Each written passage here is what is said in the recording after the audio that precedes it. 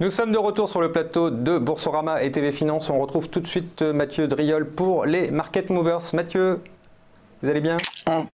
Oui, on va commencer cette vision du palmarès par Ingenico qui progresse actuellement de 3,18%, ouvrant un gap haussier. Alors après cette forte dynamique baissière en février, commencée par un gap, les cours ont effectué un excès baissier sous le support majeur à 66,80, déclenchant lors de la reprise une impulsion haussière, retracée à 62% par un retour sur ce niveau. Et ce matin, on a un petit gap en sortie de cette petite consolidation à plat qui a commencé à la mi-mai, qui a duré presque un mois.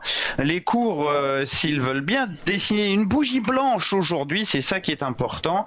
On considérera ce gap comme étant un nouveau gap d'impulsion en direction des précédents sommets vers 75,20, 76,20. Très bien, on passe à SES.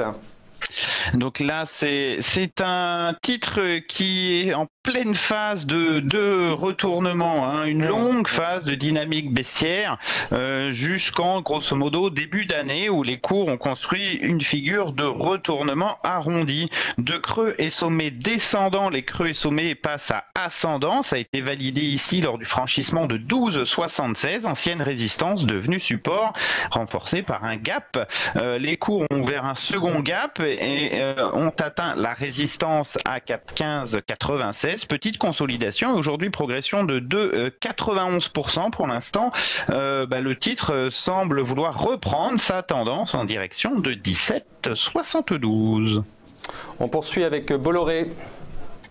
On est actuellement sur Bolloré dans une très longue phase de consolidation légèrement descendante. Depuis le début d'année, ce double sommet réalisé à 4,76, les cours enchaînent les creux et les sommets descendants, alors pas très pentus, mais descendants quand même.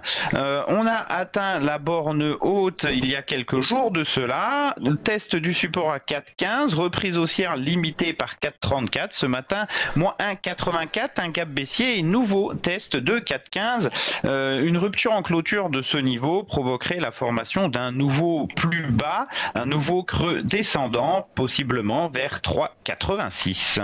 Mathieu, on termine très vite avec Eramet.